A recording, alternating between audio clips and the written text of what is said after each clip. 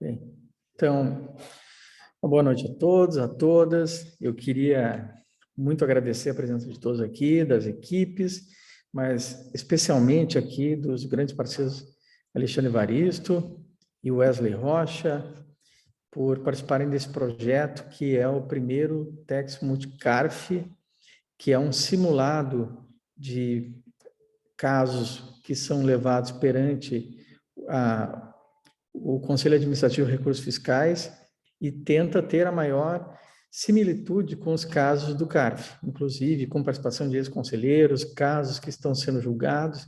Não é um simulado do CARF, da instituição, mas ele tem esse propósito acadêmico, pedagógico, de formação. E por isso nós temos muitos apoios. Nós temos aqui o apoio da CONCARF, Associação dos Conselheiros de Contribuintes do CARF, mas também de outras entidades que participam do evento, equipes do IBDT, do IBET, da BD Cons, que também é apoiadora, da própria PUC do Rio Grande do Sul, que é uma das instituições que é organizadora deste evento aqui. E hoje, especialmente, nós estamos aqui com a presença bastante ilustre e importante de dois grandes profissionais, o Dr. Rodrigo Moreira Lopes, que é da PGFN, a quem agradecemos sobremaneira, e a doutora Vivian Casanova, do BMA, que também aceitou esse convite. Ficamos muito agradecidos aí pela participação. E o evento ficará gravado no canal do YouTube do Instituto TexMulti, que é um instituto voltado para a realização de simulados na área tributária. Nós já estamos realizando o 6º TexMulti em relação a projetos de graduação e que são voltados ao direito constitucional tributário com casos perante o Supremo Tribunal Federal. O TexMulti Brasil, que ocorre esse ano em novembro, junto com o CEUB, em Brasília, será presencial e ele tem mais de 27 equipes inscritas, é um número bastante grande de estudantes, são 200 estudantes envolvidos, as melhores universidades do país. Já é um evento tradicional com lançamento de e-books ao final. Nós já temos 4 e-books que foram editados, um sobre tributação de criptoativos, outro sobre tributação de veículos autônomos. Cada e-book tem mais de 1000 páginas com memoriais, com textos sobre a matéria, e cremos que esse projeto Tex Multicarf também será um grande sucesso. Hoje nós vamos tratar do tema relativo ao caso deste ano, e escolhemos para esse primeiro encontro o tema da incorporação de ações, que será objeto do caso que foi preparado pelo Bianco, que é um grande nome em direito tributário, e que faz parte da comissão científica de elaboração do caso. Nós temos agora, no nosso cronograma, no dia 12/7, o envio de memoriais, e até o doutor Alexandre Evaristo Pinto vai poder depois explicar com maior cuidado o evento de amanhã, que também será um evento para as equipes. Nós temos depois, no dia 14/7, divulgação dos memoriais, no dia 14/8, o resultado da correção dos memoriais, dia 15 de agosto, o recurso dos memoriais, e nos dias 26 e 27, as rodadas orais. No dia 26, a abertura com a presença, até o momento confirmada, do presidente do CARF. Então, dito isso, eu passo imediatamente a palavra aqui ao organizador da coordenação nacional desse simulado, do Tex Multicarf, que é o professor doutor Alexandre Evaristo Pinto. Obrigado, Paulo. Bom, em primeiro lugar, boa noite a todos, boa noite aos membros da equipe, boa noite ao Paulo, ao Wesley, que me ajudam bastante aí em tudo, né? Que são o coração do evento e do projeto, e também ao Rodrigo e à Vivian, que aceitaram de antemão participar, sobretudo com um prazo tão exíguo aí, que então mostra a boa vontade de ambos. Falando um pouquinho do Tex Multicarf, a CONCARF, a associação que eu presido, tem o Wesley como vice-presidente, o Wesley já foi presidente e eu vice dele também, sempre apoiou eventos para exaltar a importância do CARF enquanto órgão de resolução de disputas tributárias.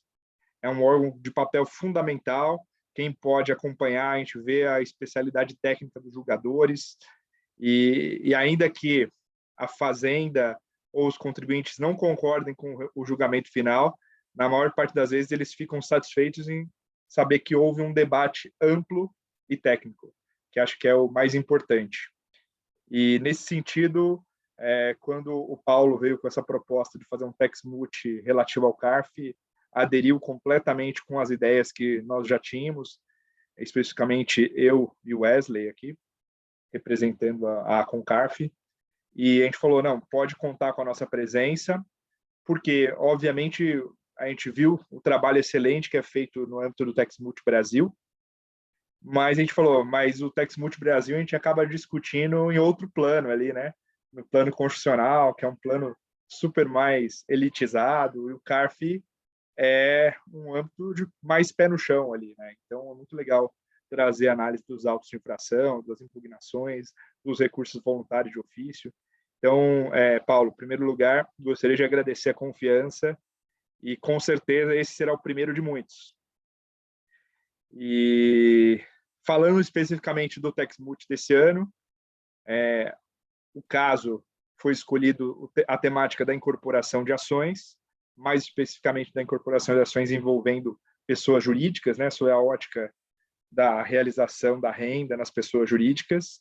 O caso foi elaborado pelo professor João Francisco Bianco, que inclusive também é ex-conselheiro do CARF, assim como o professor Paulo Caliendo.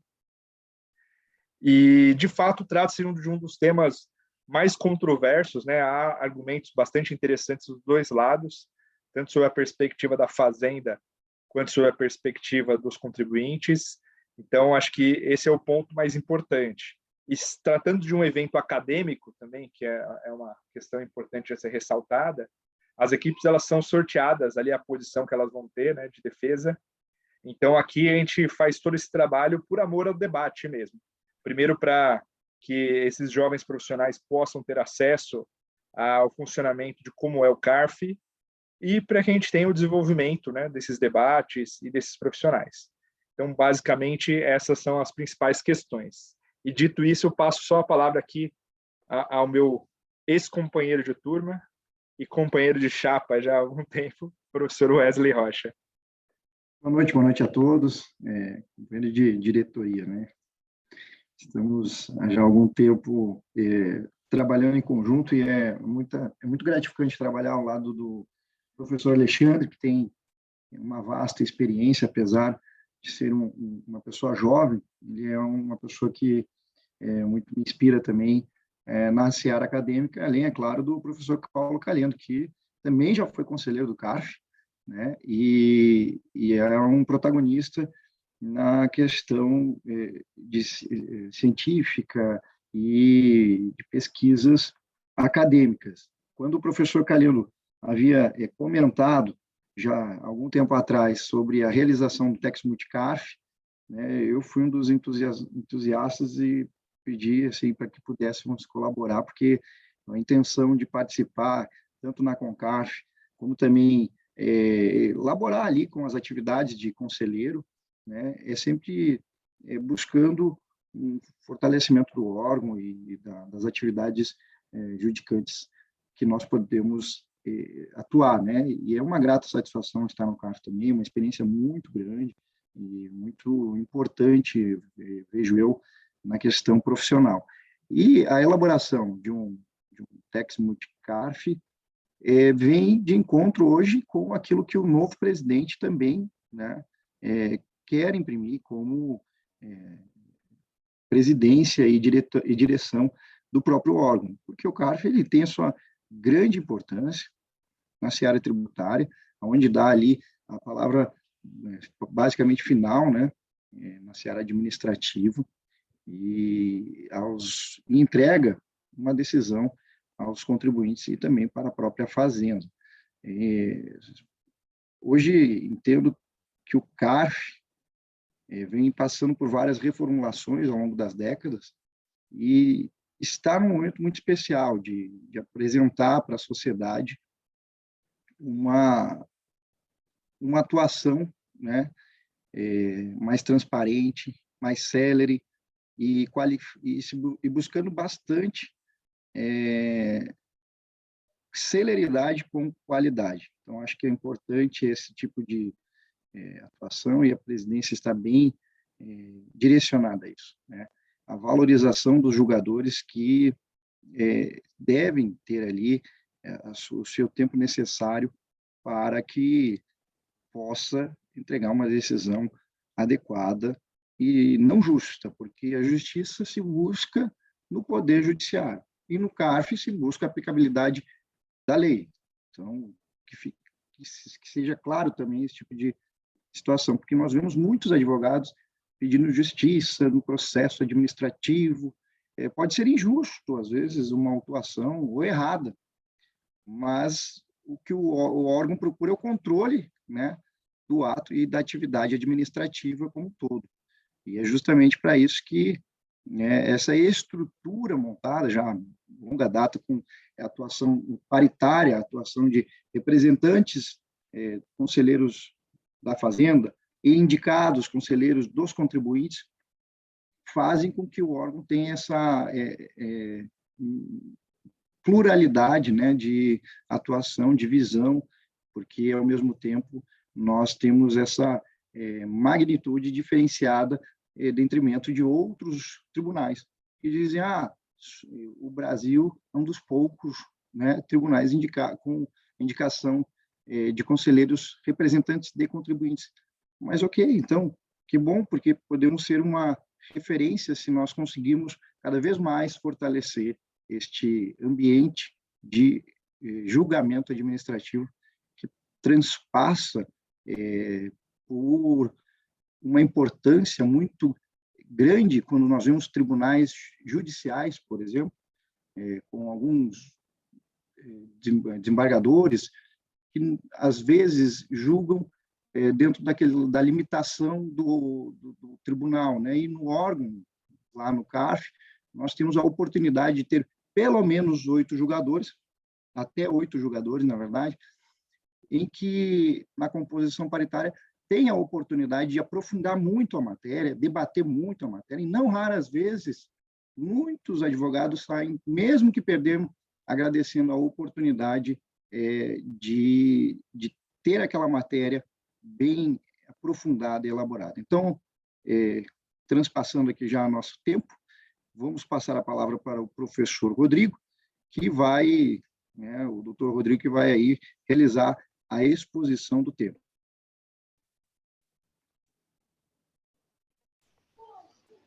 Boa noite a todas e a todos que estão assistindo agora e que vão assistir posteriormente. Eu iniciei agradecendo o convite dos organizadores do evento.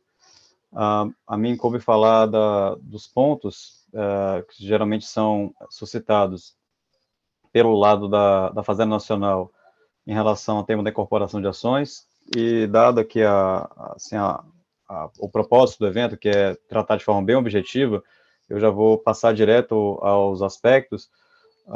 Eu não sei se é pertinente fazer aqui uma introdução das operações, mas basicamente tudo que a gente vê nas operações do CARF são operações que seguem um roteiro bem fiel do que consta da lei das SAs. Então, se vocês encontrarem ou pesquisarem jurisprudência do CARF sobre operações de incorporação de ações, pode haver alguma variação nas operações societárias, mas todas têm uma base, que é o artigo 252 da lei das SAs, que eu vou mencionar daqui a pouquinho.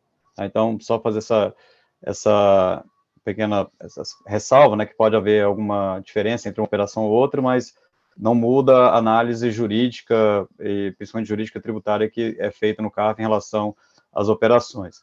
Em relação à apresentação que eu me propus a fazer, eu vou só falar 3 pontos que acredito que o propósito é orientar os participantes do TexMult de como fazer uma eventual defesa, tanto do lado da Fazenda Nacional como do lado da tese dos contribuintes. Então, vou mencionar 3 pontos centrais aqui que norteiam geralmente a defesa da Fazenda Nacional.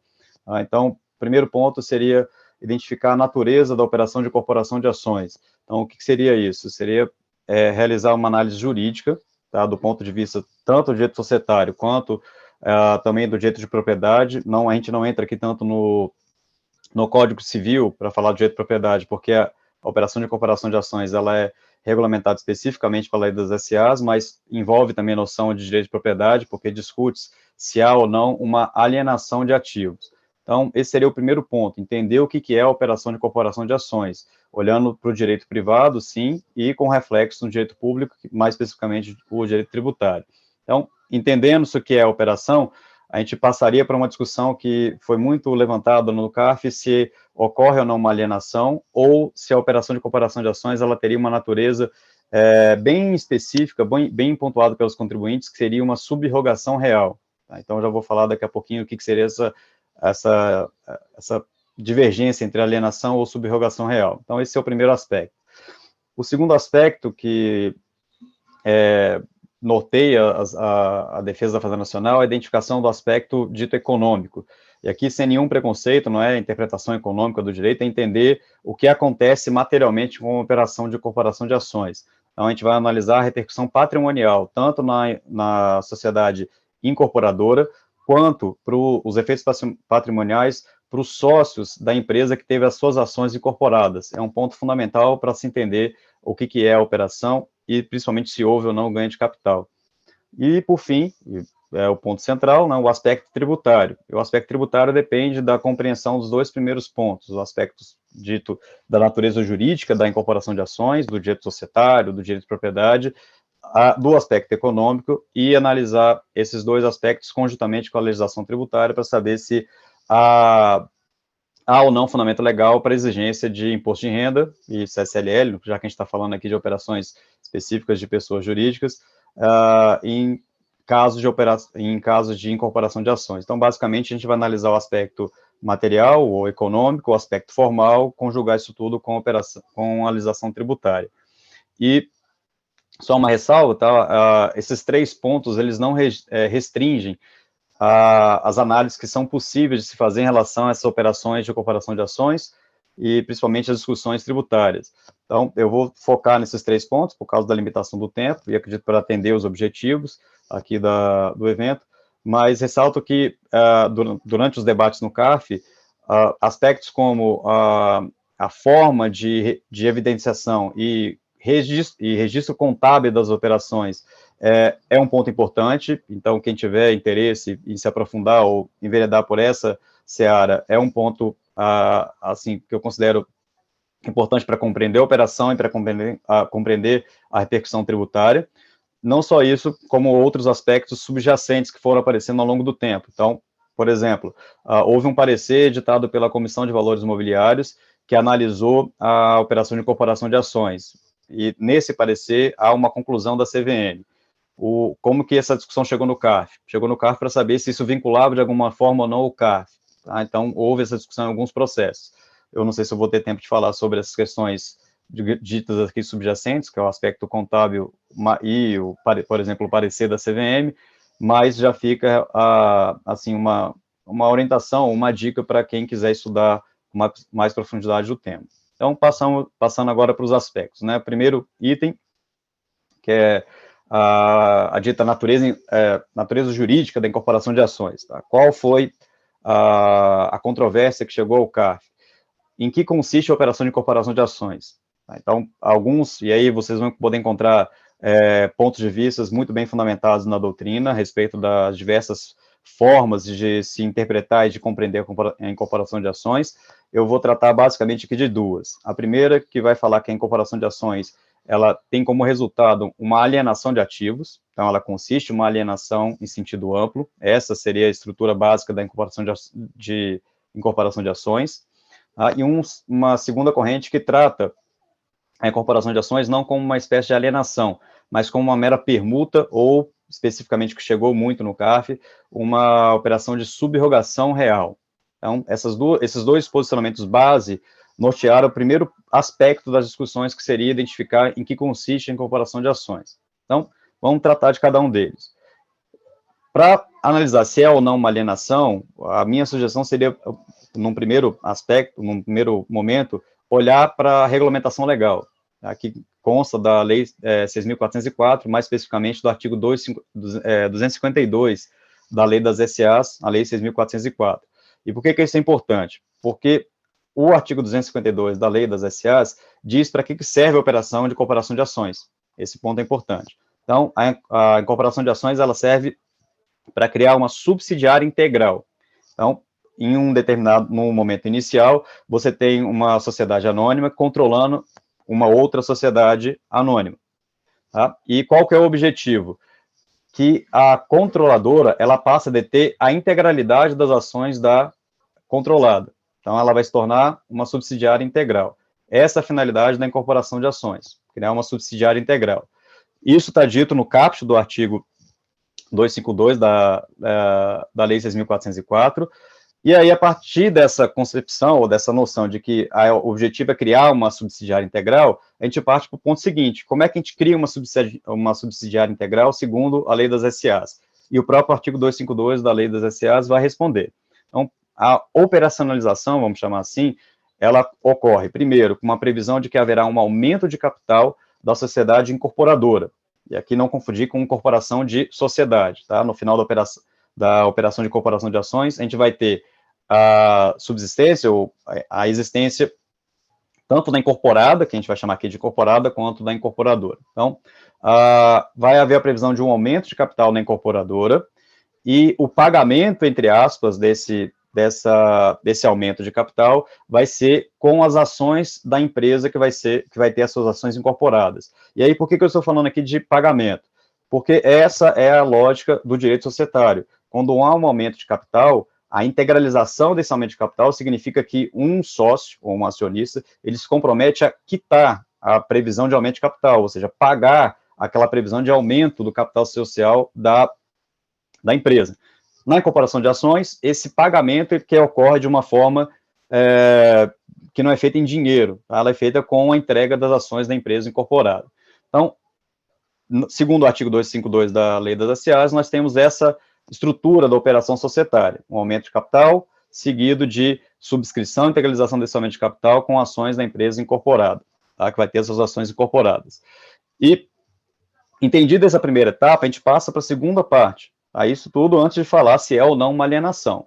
Então, a segunda parte é, bom, já tem uma ideia ou uma pretensão de fazer a operação de incorporação de ações. Como é que eu faço no âmbito societário? Porque eu preciso da anuência ou não dos sócios. Os parágrafos 2º e 3º do artigo 252 da Lei das SAs, da Lei das SA, diz que haverá uma Assembleia Geral, tanto na sociedade incorporadora, quanto na sociedade que vai ter suas ações incorporadas. Por que esse ponto é importante? Uma das discussões que há em relação à incorporação de ações é se há ou não manifestação de vontade. Essa é a tese da Fazenda Nacional, que há uma manifestação de vontade, e essa manifestação de vontade seria no sentido de entregar as ações que antes pertenciam aos sócios da incorporada para integralizar o aumento de capital da incorporadora, e essa manifestação de vontade é importante para formar o aspecto fático, no sentido de que houve uma alienação de um ativo. Por outro lado, os contribuintes falam que não haveria uma manifestação de vontade, haveria uma mera expropriação de ações dos sócios. Bom, quando a gente olha os parágrafos 2º e 3º do artigo 252 da Lei das SA, fica realmente complicado de entender como que não há manifestação de vontade dos sócios, sendo que os parágrafos 2º e 3º, eles dizem que haverá necessariamente uma Assembleia Geral, tanto na incorporadora quanto na incorporada, e que a operação somente se concretizará se houver aprovação nas duas assembleias. Então, aqui é importante diferenciar a ideia de manifestação de vontade com declaração de vontade. Por que isso? A declaração de vontade, e se essa fosse a exigência para que houvesse uma alienação estrito sensu para fins de tributação do ganho de capital, eu teria que ter uma declaração individualizada de cada um dos sócios de uma sociedade anônima para dizer que a operação contou com a sua declaração de vontade, ou com a expressão da sua vontade de que ele quis alienar o ativo. Tá? Só que o direito societário não trabalha com essa lógica. O direito societário trabalha com o princípio majoritário.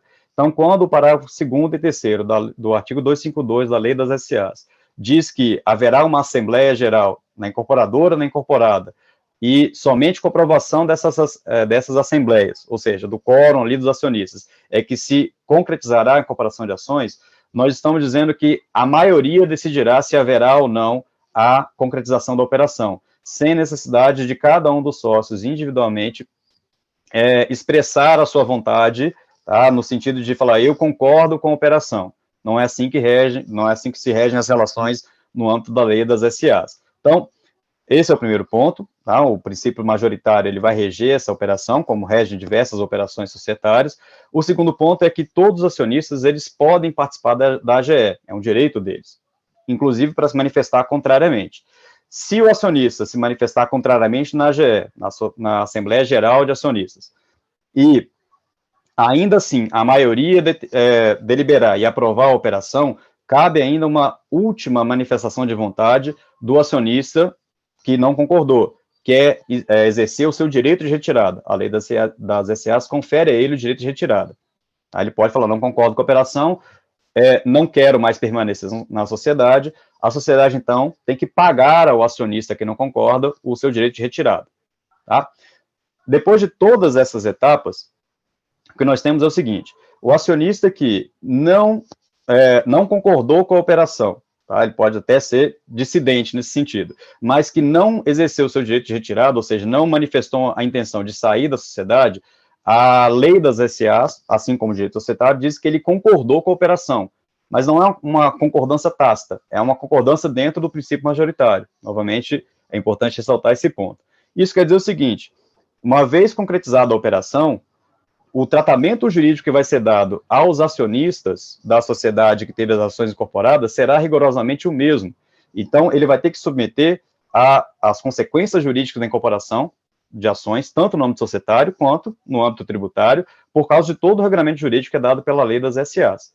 Então, o que nós temos aqui no primeiro momento, sob o ponto de vista do aspecto societário, quando há um aumento de capital da sociedade incorporadora, e esse aumento de capital ele é integralizado com as ações da incorporada, porque a intenção dos sócios é fazer uma subsidiária integral, o que nós temos é que os sócios da sociedade incorporada, eles anuíram, tá, dentro das assembleias gerais, em entregar as ações de que eles eram titulares, que eles eram proprietários, para subscrever e integralizar o aumento de capital da incorporadora. Essa concordância significa que eles vão abrir mão de um ativo que era deles e vão receber um outro ativo, sim, em troca. Mas a primeira parte da operação eu estou concordando em entregar um ativo que é meu. E para a tese da Fazenda Nacional, isso significa uma alienação em sentido amplo. Por mais que se diga que a operação de incorporação de ações é uma operação em sentido, uma operação societária específica, ou uma operação societária que não encontra paralelo com uma alienação no sentido de uma compra e venda. Sim, ela não é uma compra e venda no sentido estrito, mas ela deve sim ser considerada uma alienação em sentido amplo, porque os sócios da incorporada, eles concordam em entregar as suas ações para integralizar o aumento de capital da incorporadora. Tá? Em contraponto a essa tese, a esse contorno geral da operação de incorporação de ações, a tese da Fazenda, os contribuintes apresentaram a ideia de que, na verdade, a incorporação de ações deveria ser tratada juridicamente como uma subrogação real. E aí nós temos alguns problemas. Primeiro, o que é a subrogação real? Qual é a finalidade da subrogação real? É conferir um tratamento jurídico a um determinado bem que existia em um determinado momento.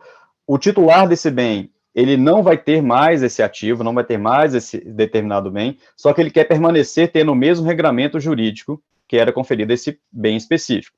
Então, no momento A, uma pessoa detém um imóvel. Esse imóvel tinha um regramento jurídico. Esse imóvel tem que ser substituído por um outro bem, da mesma natureza ou não. Por uma determinação legal, vai ser dado o mesmo regramento jurídico ao bem que vai ser substituído, que era dado àquele imóvel na situação inicial. Essa é a ideia da subrogação real, tá? Dar o mesmo tratamento jurídico.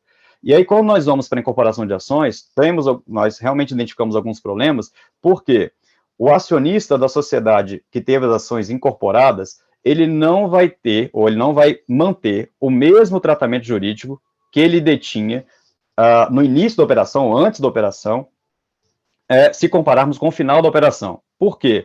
Porque as ações que são incorporadas, elas passam a ser de titularidade da incorporadora, então os sócios, eles deixam de ser acionistas de uma determinada sociedade, passam a ser acionistas de uma outra sociedade, tá? Com um regime jurídico diferenciado. E a prova disso é que os estatutos da sociedade incorporada e da incorporadora podem ser completamente distintos. Então, o regramento jurídico que os sócios estavam submetidos por causa do estatuto da sociedade incorporada pode não ser o mesmo da sociedade incorporadora. E o que rege a relação entre sócio ou acionista e a sociedade empresária é a lei das SAs e principalmente o estatuto. Então, não há uma determinação na lei das SAs no sentido de que os sócios da sociedade incorporada, eles passem a ter o mesmo tratamento, passem não, né, eles mantenham o mesmo tratamento jurídico, a mesma relação jurídica que eles tinham anteriormente em incorporação de ações.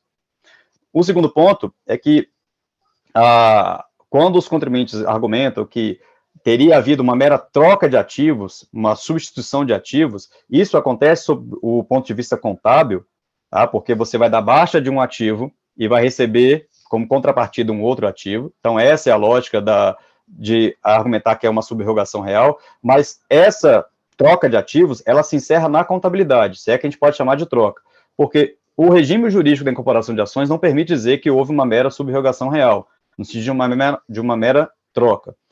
E ainda que a gente falasse de mera troca, tá, a gente não poderia falar aqui de subrogação real por causa da finalidade específica da subrogação real, que não se aplica à incorporação de ações. Então, no limite, se a gente falasse de troca de ativos, a gente estaria falando aqui de uma espécie de permuta, tá, que, assim, eu respeito quem trata a incorporação de ações com essa qualificação jurídica, mas, na minha visão, não é uma permuta.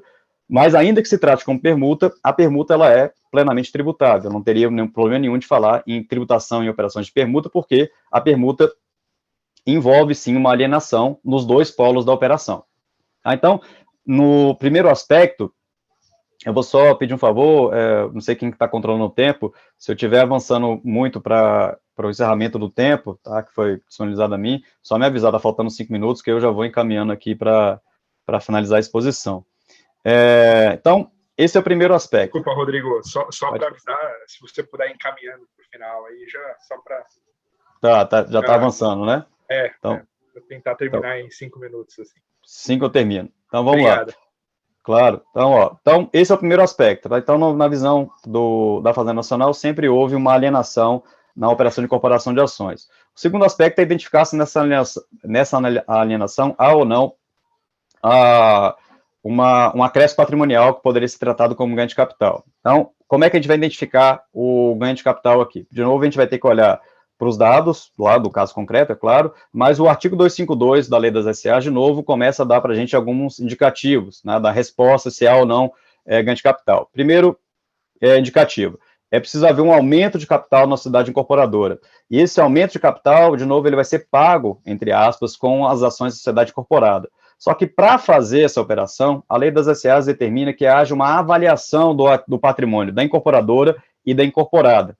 Nessa avaliação é que geralmente é feito uma avaliação a valor de mercado da sociedade que vai ter as ações incorporadas, e essa avaliação a valor de mercado, ela evidencia um ganho, porque haverá uma diferença positiva entre o valor da avaliação e o valor registrado contabilmente. Então, como é que é feita a evidenciação contábil desse acréscimo patrimonial? Primeiro, a primeira forma de identificar isso, e a forma mais fácil, é o registro de um ágio na incorporadora. Então, quando a incorporadora recebe as ações da incorporada e registra um ágio, ela está dizendo e evidenciando na sua contabilidade que ela recebeu um ativo que estava contabilizado por um valor X, só que ela está recebendo esse ativo por um valor X mais alguma coisa. Esse mais alguma coisa é o ágio. Então, o registro de um ágio na incorporadora evidencia o ganho, mas não é só isso. Há outros indicativos contábeis, por exemplo, o registro de uma reserva de capital na incorporadora. Essa reserva de capital, geralmente, em contrapartida ao ágio. Isso evidencia que há um ganho potencial na incorporadora que decorre da operação de incorporação de ações. O último ponto que eu chamaria a atenção é o preço de emissão das ações. Tá? O que é isso? Quando os acionistas da incorporada recebem as ações da incorporadora, essas ações da incorporadora elas têm um valor atribuído. Esse valor atribuído é o preço de emissão. E o preço de emissão é o valor que vai ser computado pelo sócio da sociedade que tem as ações incorporadas para fins de identificar a diferença entre o que ele tinha anteriormente na sociedade incorporada e o que ele recebeu da incorporadora.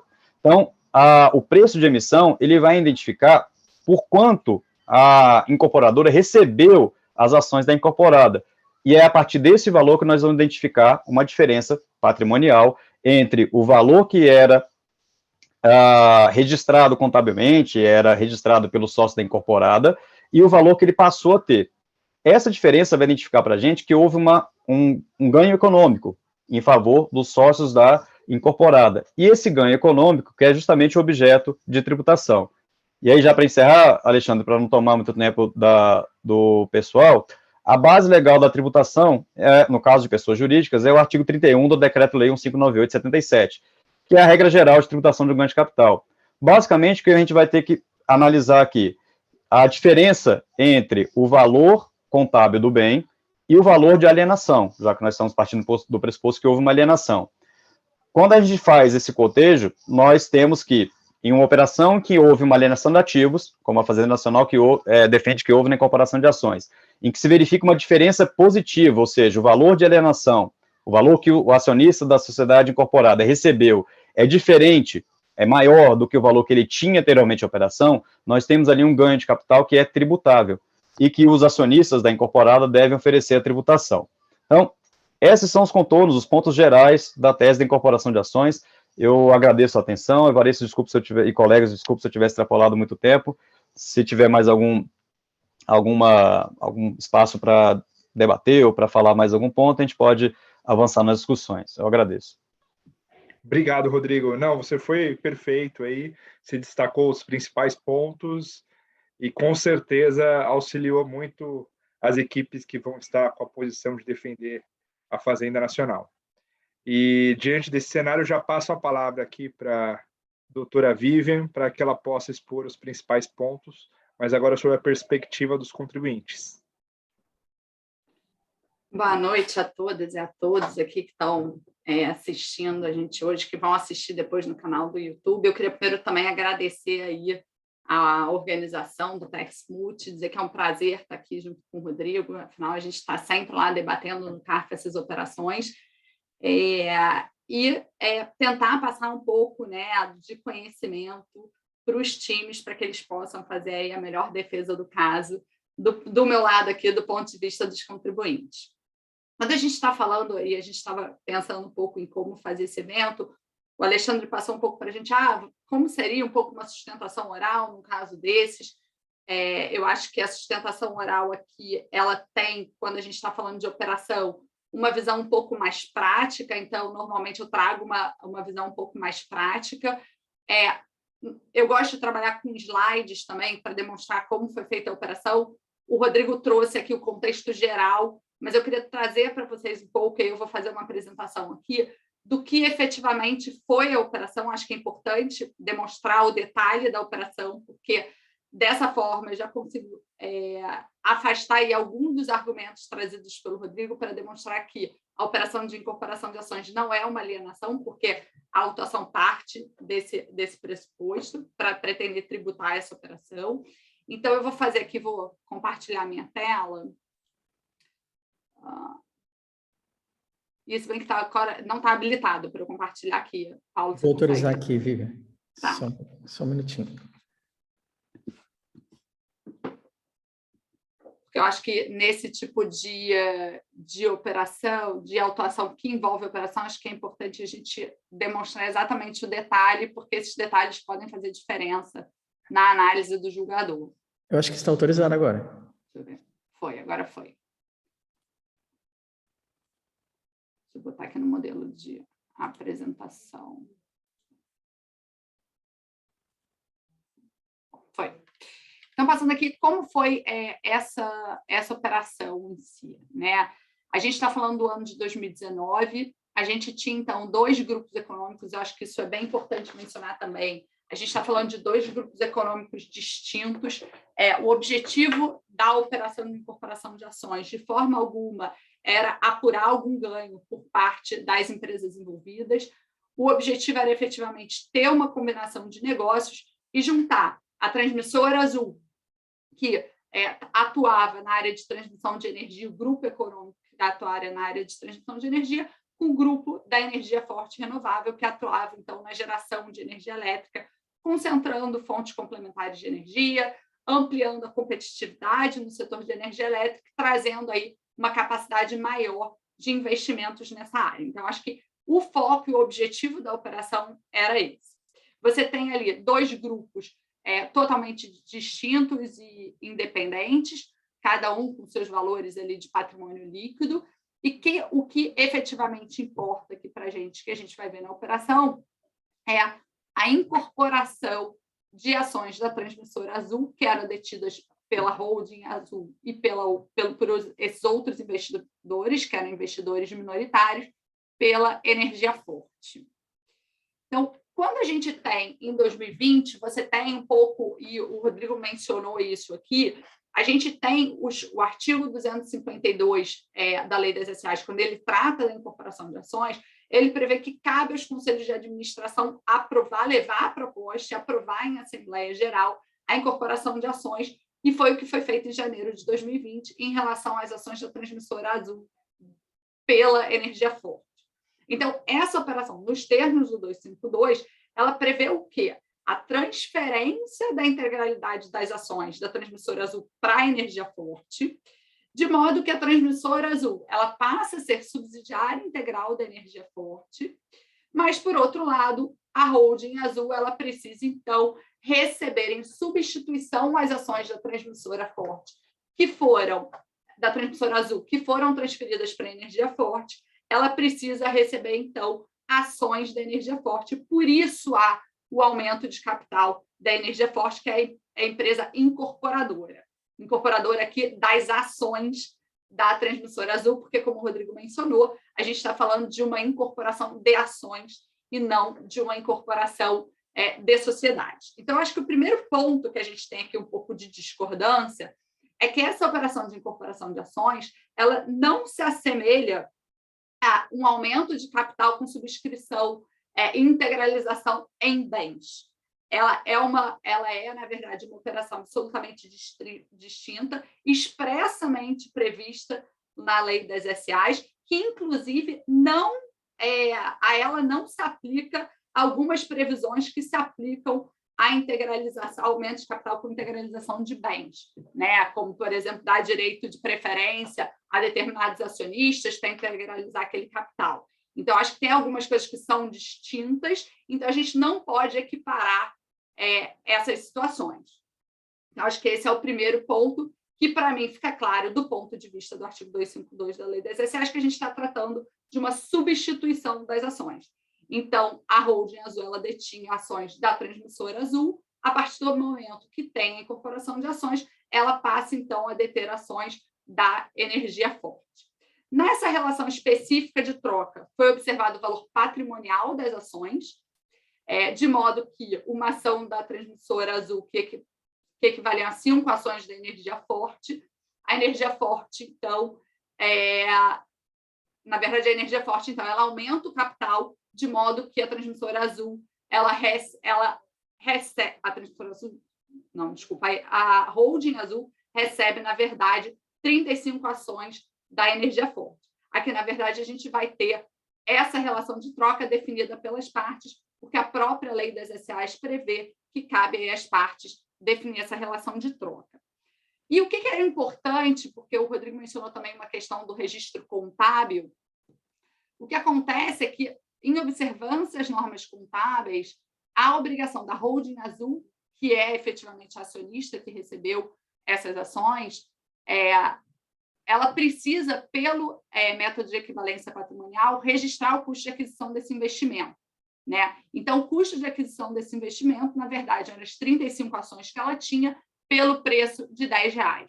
Só que quando a gente ainda está observando as normas contábeis, e que a gente está falando de normas contábeis, o CPC 15 prevê que nessa operação, que se caracteriza como uma combinação de negócios, há necessidade da empresa Holding Azul, então, avaliar a valor justo a participação societária recebida, que é o valor aí que ela passa a realizar com base em laudo de avaliação que existia do valor justo da participação por ela detida na Energia Forte, ao valor de R$420. E essa diferença é registrada na Holding Azul como ganho por compra vantajosa. Então, é esse o tratamento que é dado dentro da Holding Azul, a diferença dos 420 para os 350.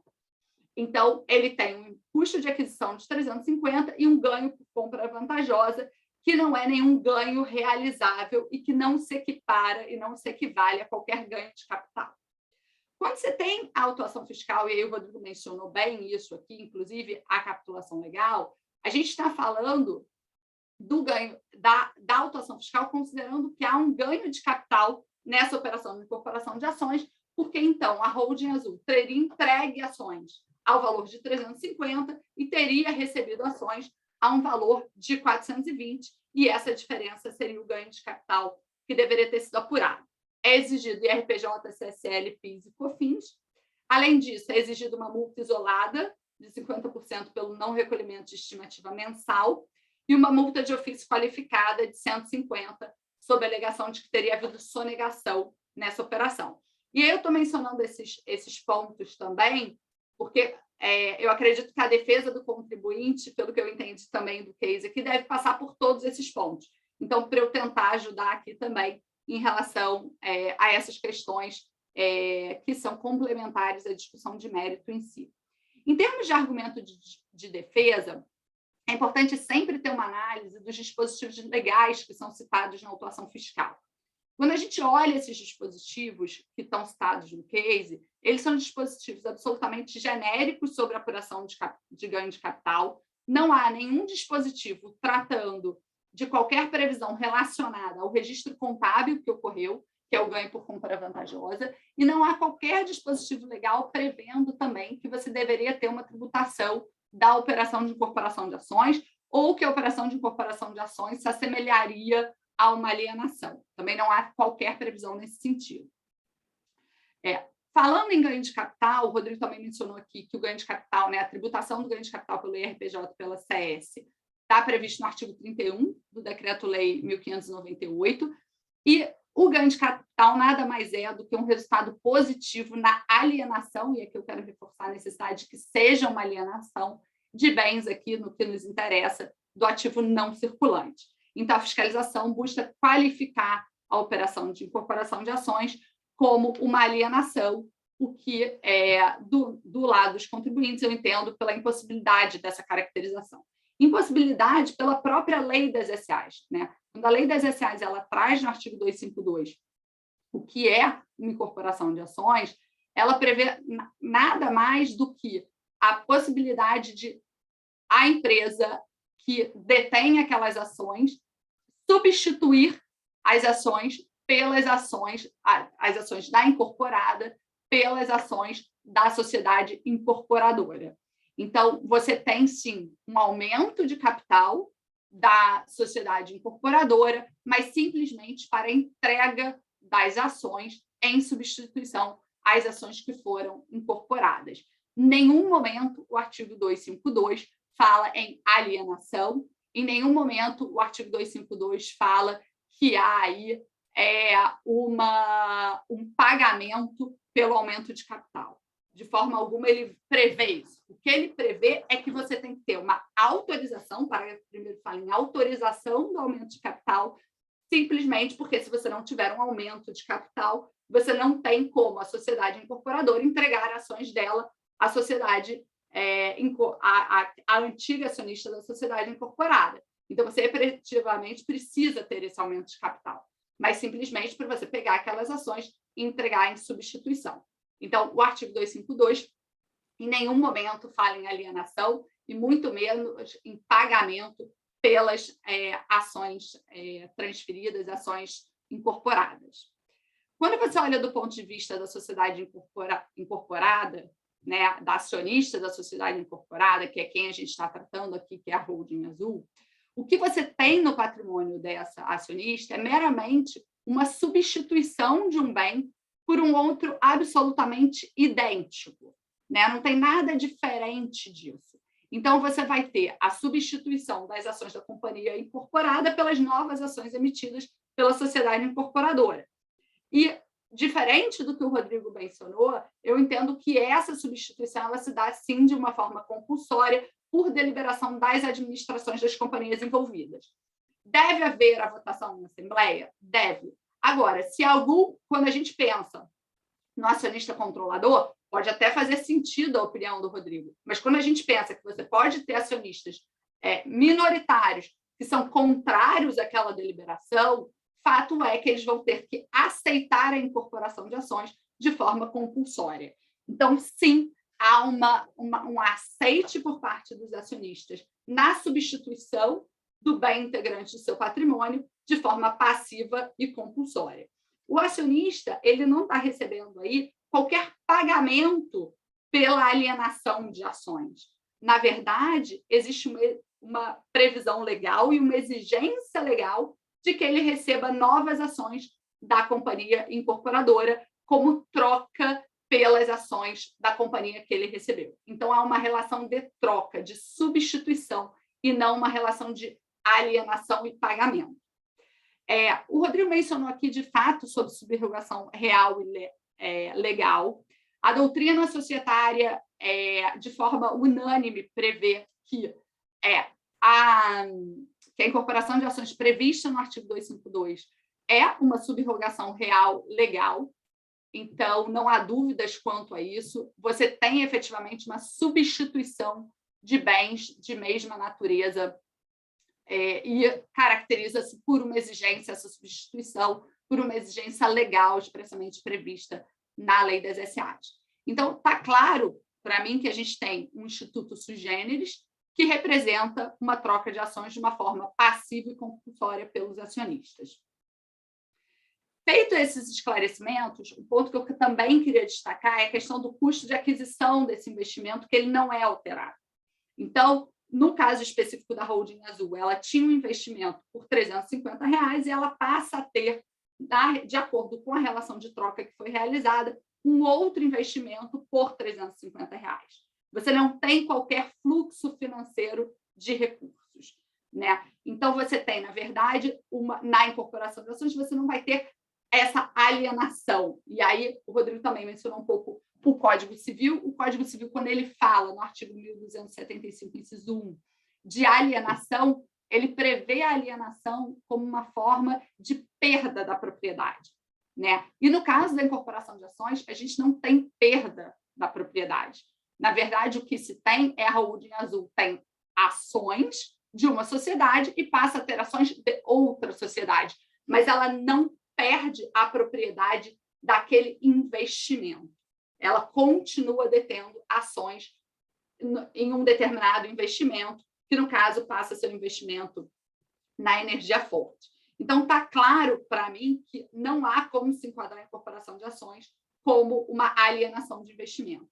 E se não é uma alienação, não se enquadra na hipótese de incidência do IRPJ da CSL, que prevê o ganho de capital quando você tem uma alienação de um bem integrante do seu ativo não circulante, né? A pretensão de tributação dessa forma claramente viola o princípio da legalidade, já que ele vai pretender aí exigir um tributo sem uma previsão legal, sem a previsão legal de que a incorporação de ações se caracterizaria como uma alienação. E falando aqui do registro contábil dessa operação, o que aconteceu efetivamente é que você tem um registro da contrapartida das ações incorporadas por um valor superior, que decorre exclusivamente da aplicação das regras contábeis. Eu mencionei aqui o CPC 15, que prevê que quando você tem a combinação de negócios, você precisa mensurar o investimento adquirido pelo valor justo, e nesse caso, então, houve apuração do ganho por compra vantajosa, que nada mais do que o excesso do valor justo dos ativos líquidos da investida em relação ao custo de aquisição daquele investimento. Então, existe um registro de um ganho, mas ganho esse que existe para ele uma previsão expressa sobre a tributação que deve ser aplicada. Então, aqui é importante deixar registrado que existe uma norma contábil que prevê como essa diferença apurada em decorrência da mensuração exigida pelas regras contábeis deve ser registrada e como ela deve ser tributada. E quando se olha essa tributação do ganho por compra vantajosa, ele prevê, e na verdade aí o Decreto-Lei 1598, prevê que esse ganho ele vai ser tributado exatamente no momento em que houver a alienação ou baixa desse investimento. Então, na prática, você tem na incorporação de ações uma troca de ativos pelo mesmo valor, e quando há necessidade de registro do ganho por compra vantajosa, como ocorreu nesse caso, então, essa parcela que a Receita Federal está tributando como ganho de capital, nada mais é do que o ganho por compra vantajosa, e isso fica demonstrado, né? Foi demonstrado, inclusive, no case, e esse ganho ele tem uma tributação específica que é justamente no momento da alienação ou baixa do investimento, confirmando que na incorporação de ações você não tem uma alienação, né?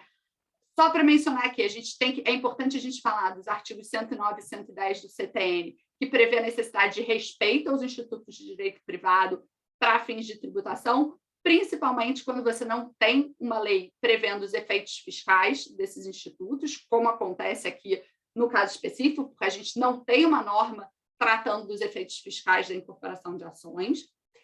Em relação ao artigo 108, parágrafo 1º do CTN, também é bom destacar a proibição da pretensão de tributação por analogia, então, quando não existe, né, previsão em lei. E se for para falar de analogia, e aí o Rodrigo também mencionou um pouco sobre isso, não há que se falar que essa operação seria equiparável a um aumento de capital com integralização em bens. Aqui o que a gente teria, no máximo, era uma equiparação, uma operação de permuta sem torna, em que você tem a substituição de um bem A por um bem B de mesmo valor, sem qualquer fluxo financeiro, né? E no caso da permuta sem torna, a gente tem uma instrução normativa já bastante antiga, essa instrução normativa 107, a gente tem uma jurisprudência bastante pacífica, tanto no âmbito do CARF como em âmbito judicial, reconhecendo que no caso de permuta sem torna, você não tem ganho de capital, você não tem acréscimo patrimonial nenhum a ser tributado. Inclusive, atualmente, a Lei 12.973, no artigo 13, parágrafo 6, prevê que quando você tem uma permuta e você tem que avaliar aquele bem recebido em permuta pelo valor justo, esse valor justo desse ativo recebido em permuta, ele só vai ser tributado no momento da sua realização. Ou seja, no fim do dia, no momento em que efetivamente esse bem for alienado. Aí a gente volta para a questão da alienação. Não tenho dúvida de que no momento de uma alienação você vai tributar tanto o ganho por compra vantajosa como o valor justo do ativo recebido numa operação de permuta. Mas antes disso, numa situação em que você tem uma mera substituição de bens, você não pode ter tributação. E você não pode ter tributação principalmente porque o artigo 43 do CTN prevê que o fato gerador do IR é a aquisição de disponibilidade econômica e jurídica da renda, que pressupõe um acréscimo patrimonial, pressupõe que haja uma riqueza a ser tributada pelo contribuinte. Na incorporação de ações, como eu mencionei, você tem uma substituição de ativos, você não tem a disponibilidade jurídica, você pode ter um potencial ganho, se você for realizar esse investimento, for alienar esse investimento no futuro, você não tem disponibilidade econômica, porque não houve qualquer fluxo financeiro, e você não tem acréscimo patrimonial efetivo para o acionista que recebeu essas ações. Então, você só vai ter algum ganho quando você realizar esse investimento. Então, a manutenção dessa pretensão de cobrança, claramente, sem a verificação de um acréscimo patrimonial, vai levar a uma tributação do patrimônio, violando, então, o princípio da capacidade contributiva. Passando, então, e aí eu vou ser mais rápida aqui, prometo, para todos, até por causa do meu tempo, quando a gente está falando da defesa do auto de infração de PIS/COFINS, e tudo que eu falei se aplica ao IRPJ e à CSL, a gente tem que pensar, na verdade, em dois pontos importantes.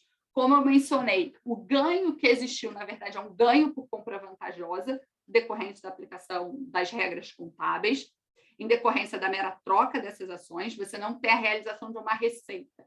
E quando você está falando de PIS/COFINS, você está falando de uma base de cálculo que pressupõe uma receita oferida pela pessoa jurídica. Se você não tem o oferimento de receita, não há que se falar em base de cálculo do PIS da COFINS em relação ao registro desse ganho por compra vantajosa. Se for considerado, então, que tem uma alienação efetiva, você estaria tratando da alienação de bens integrantes do ativo não circulante, que, por previsão expressa, não compõem a base de cálculo do PIS da COFINS. Então, você tem uma previsão expressa excluindo esses valores da base de cálculo do PIS da COFINS. Inclusive, e isso é sempre importante mencionar, no CARF sequer tem autuações, eu acho que eu localizei uma autuação que envolvia débitos de PIS/COFINS, mas que o lançamento acabou sendo afastado um pouco por essas razões, que eu já coloquei aqui.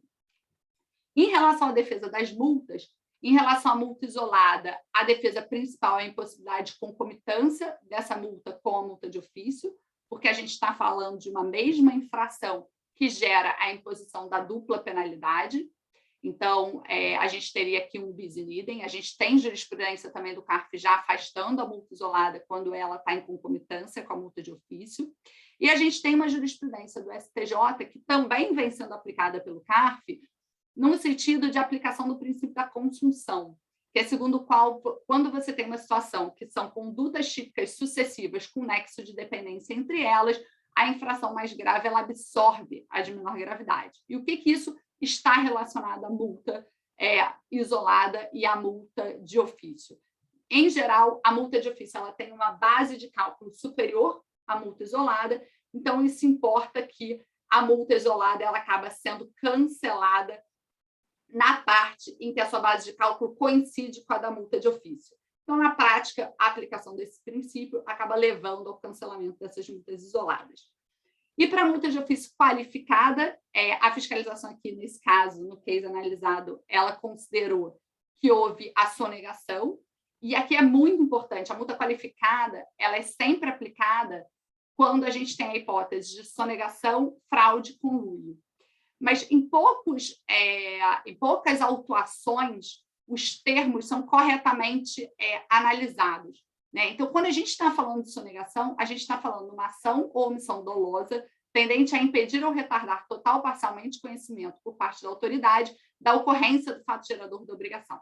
Então, tem que ser uma ação ou omissão que impeça o conhecimento do fato gerador.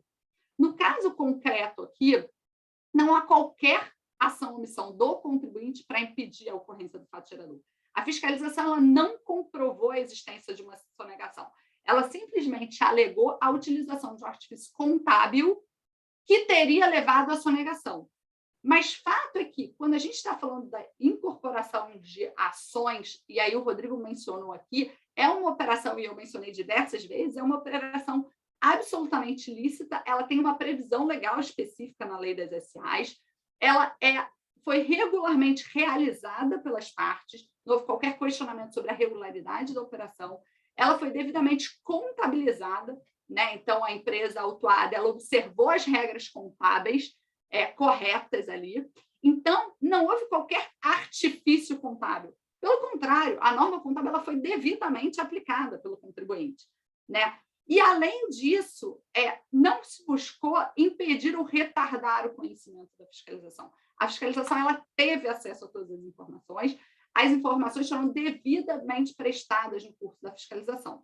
Então, o que a gente tem aqui, e foi evidenciado ao longo da apresentação aqui, tanto minha como do Rodrigo, é uma divergência de interpretação quanto ao efeito fiscal da operação de incorporação de ações, que de forma alguma importa em sonegação e justifica a aplicação de uma multa de ofício qualificada de 150.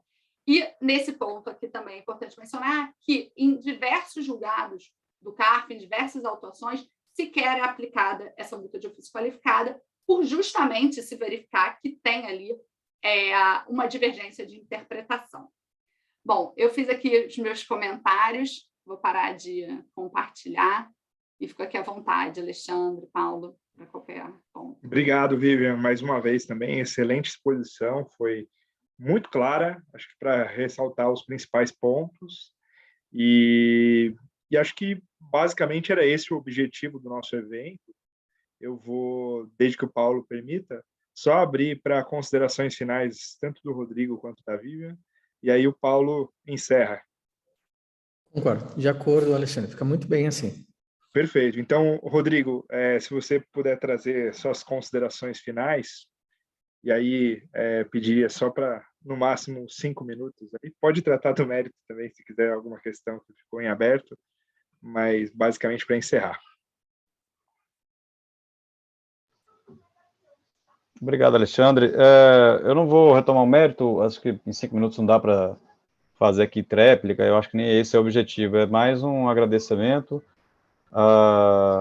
novamente, né, pelo convite, estou sempre à disposição se tiver a oportunidade de participar nesses eventos, é sempre bom escutar também o lado de pessoas que trabalham pelo Estado, pela Fazenda Nacional, para dar um outro ponto de vista, né, senão corre o risco de ter um empobrecimento do debate na área acadêmica, então, realmente, acho que é sempre bom agradecer essas oportunidades que são dadas a representantes do Estado, né, então pode ser tanto da Procuradoria quanto da Receita Federal, então, realmente, acho muito, muito saudável esse tipo de postura em debates acadêmicos, né.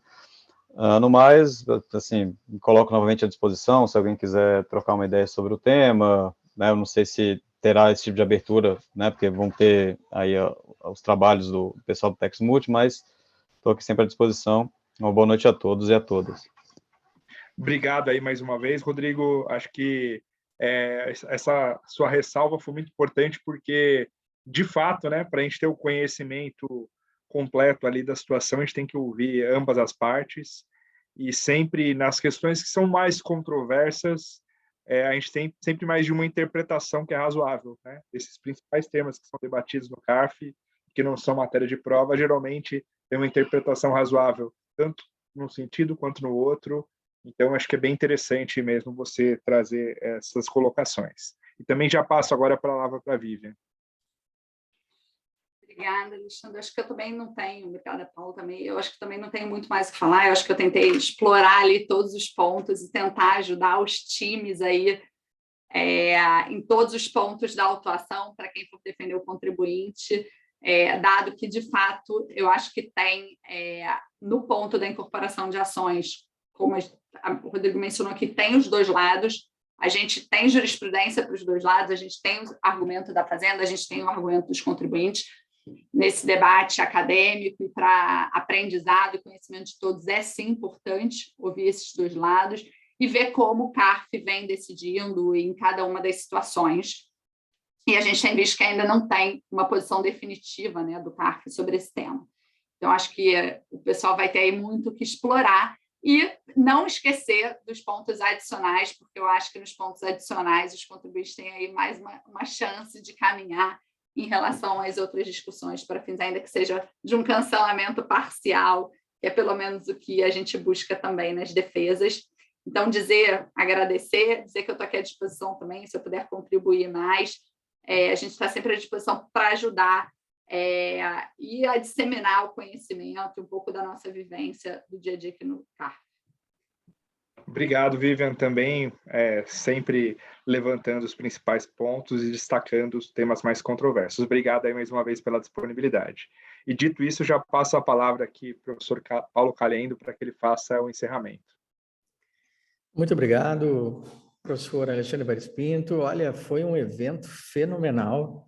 Realmente, os convites foram fantásticos. Eu acho que acertamos em cheio, né, professor Alexandre Bares Pinto? A Vivian fala muito bem, a Vivian Casanova. Fiquei realmente encantado aí com a apresentação. Fiquei muito feliz com a apresentação do Rodrigo Moreira Lopes, representando aqui o ponto de vista do físico, da PGFN. É muito importante a presença da PGFN, realmente.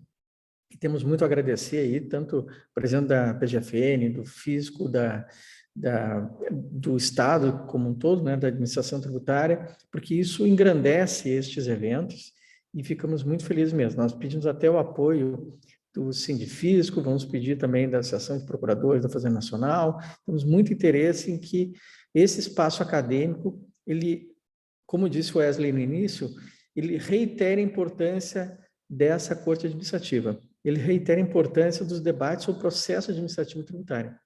Então, olha, foi um evento fantástico e amanhã teremos mais um sobre como fazer memoriais e nós temos o prazo agora chegando, dia 12 de julho para entrega e eu não sei se o professor Alexandre Evaristo Pinto gostaria de comentar um pouco de quem participará amanhã, mas são grandes nomes, até não vou fazer um spoiler aqui, só vou passar a palavra ao professor Alexandre.